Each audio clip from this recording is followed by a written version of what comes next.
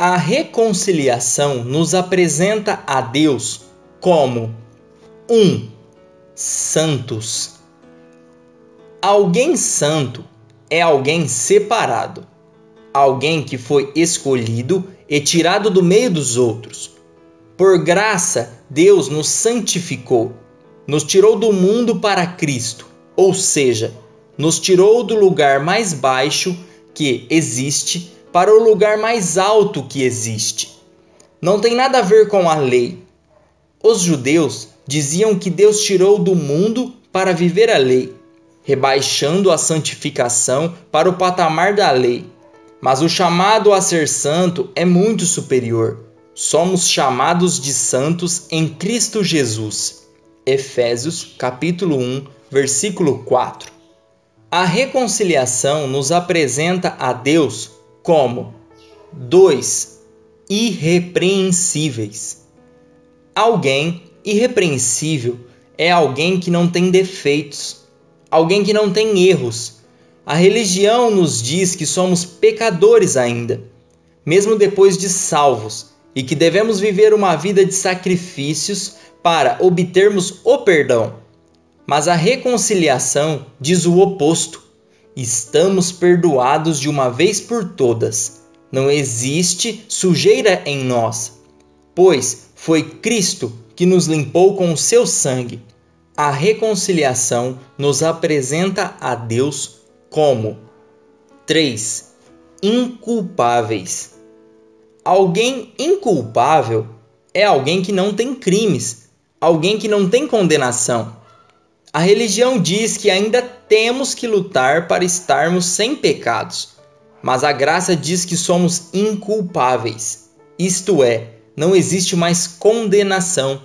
Romanos, capítulo 8, versículo 1.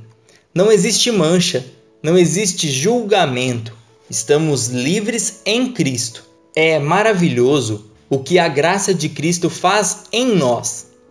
E não existe motivos para ter a lei, visto que a graça é superior à lei.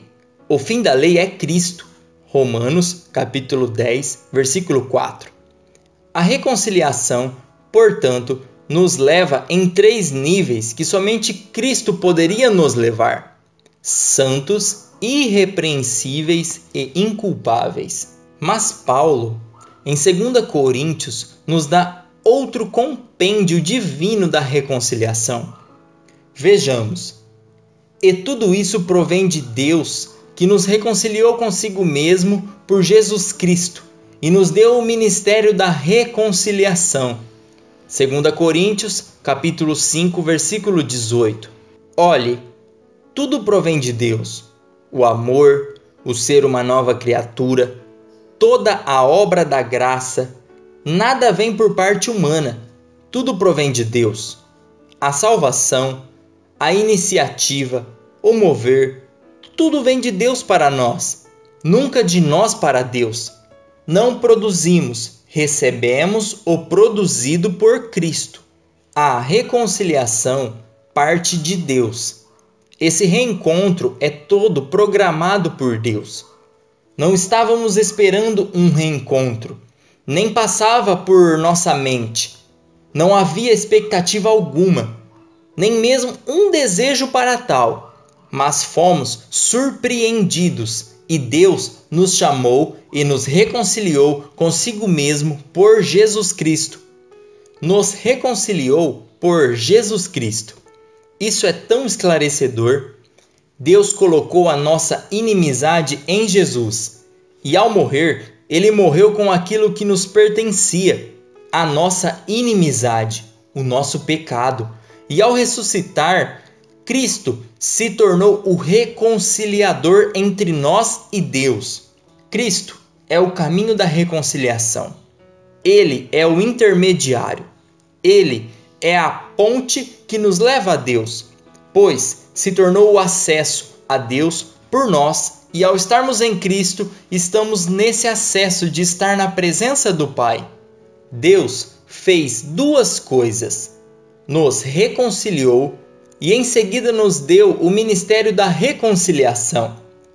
Nos reconciliar é maravilhoso, mas Deus foi além. deu à igreja, a cada membro do seu corpo, a capacitação da reconciliação. O ministério, isto é, o poder de servir, os reconciliadores têm o poder de servir aos outros com reconciliação. Os salvos servem as pessoas com reconciliação. Não buscamos reconciliação, recebemos. E recebemos de tal forma que nos reconcilia e nos faz hábeis a reconciliar outros também. Recebemos o serviço da reconciliação e o exercemos quando pregamos a palavra, pois é a palavra que nos reconcilia com Deus e que faz Deus se reconciliar com as pessoas. Pois a verdade do que Deus fez está na palavra, e quando alguém ouve e acredita, essa verdade a alcança e a reconcilia com Deus. Veja que na reconciliação não tem lei, e por isso não se deve pregar a lei para reconciliar as pessoas, pois a lei apenas mostra o quanto as pessoas estão separadas de Deus, nada a mais. No entanto, a reconciliação está pautada na obra de Cristo, na sua façanha de levar a inimizade e trazer a paz. E é esse o ministério da reconciliação. Reconciliados para reconciliar. Esse é o nosso chamado.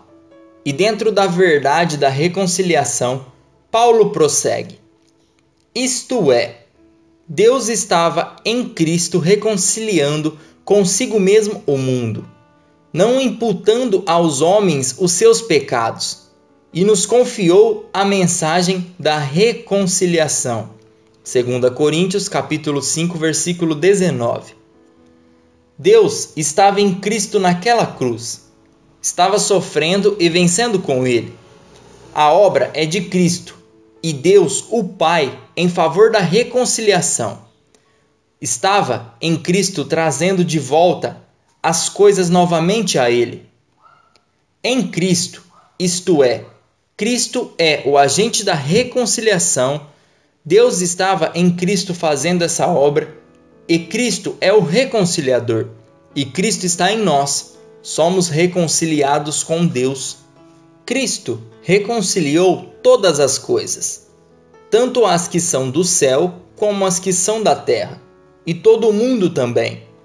Quando diz mundo, se refere aos homens que estavam separados, afastados, estranhos e inimigos.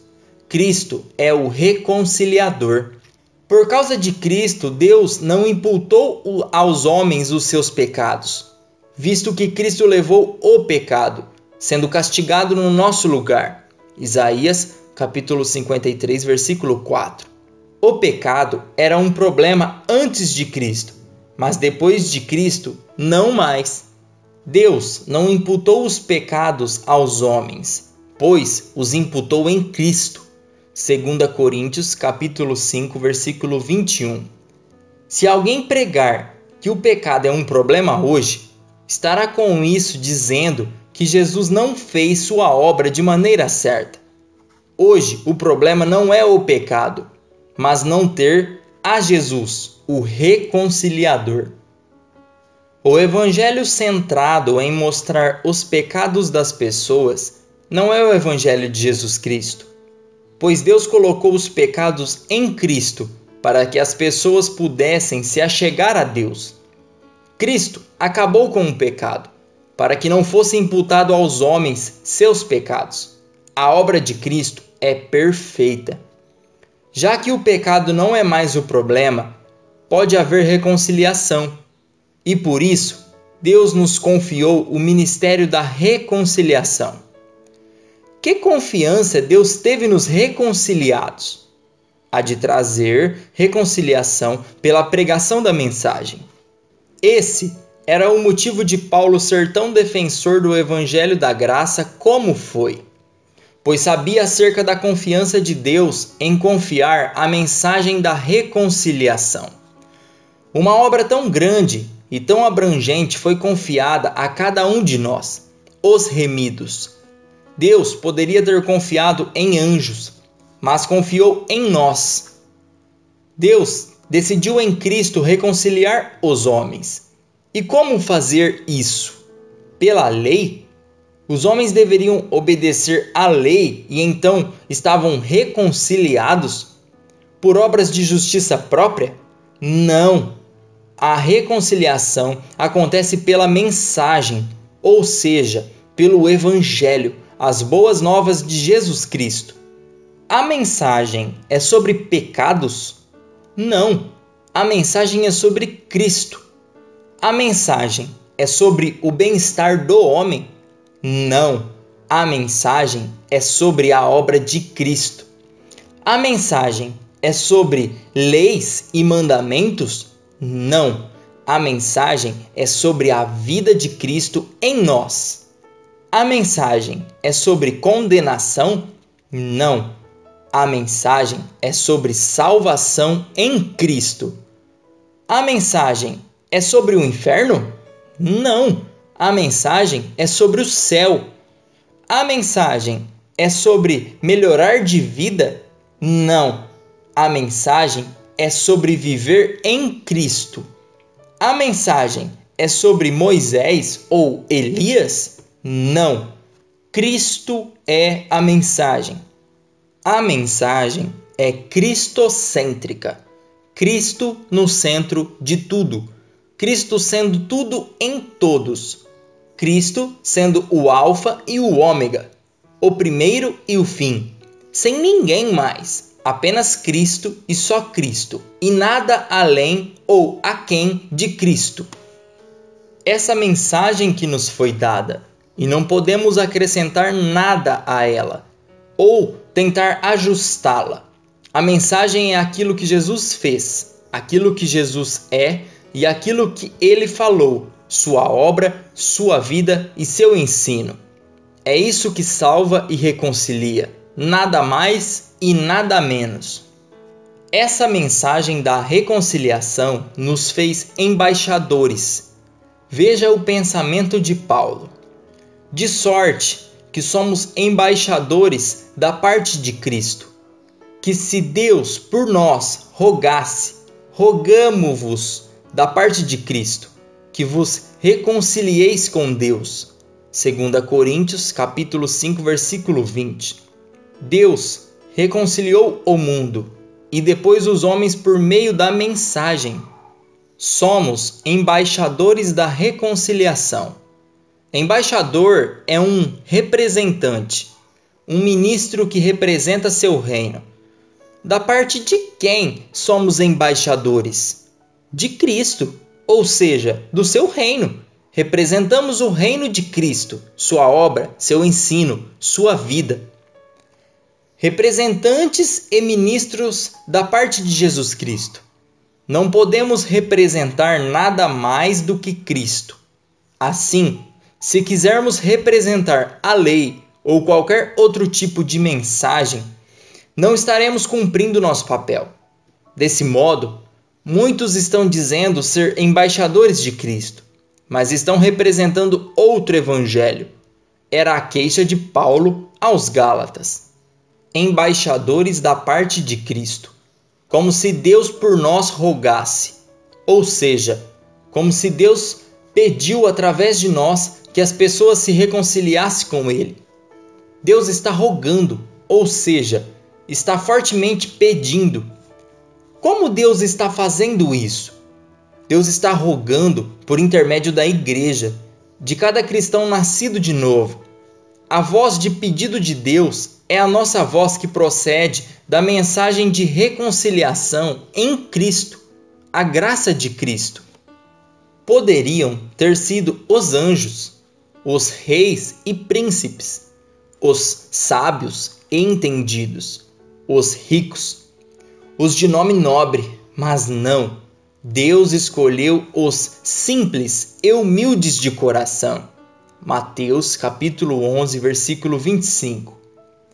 Deus confiou à igreja, isto é, cada um que saiu dos domínios de Adão e passou a estar em Cristo. Foi confiança plena em cada um de nós, para trazer ao mundo a mensagem que transforma todas as coisas. Deus roga através de nós.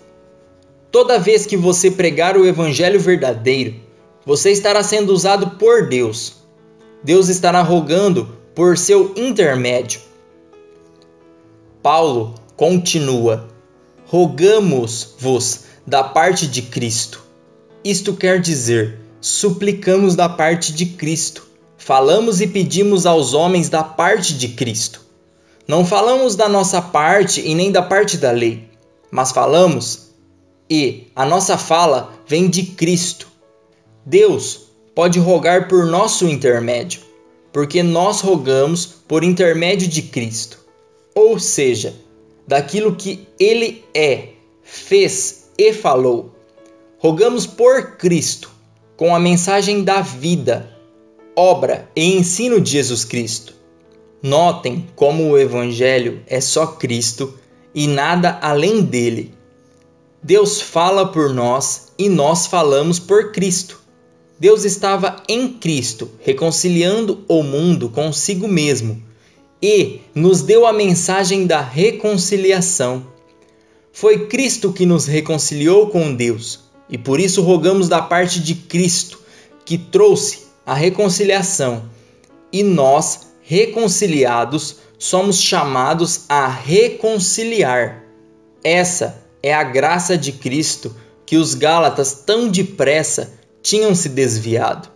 Ou seja, deixaram a reconciliação em Cristo para fazer as pazes com Deus por meio da lei. Paulo está admirado da velocidade desse desvio.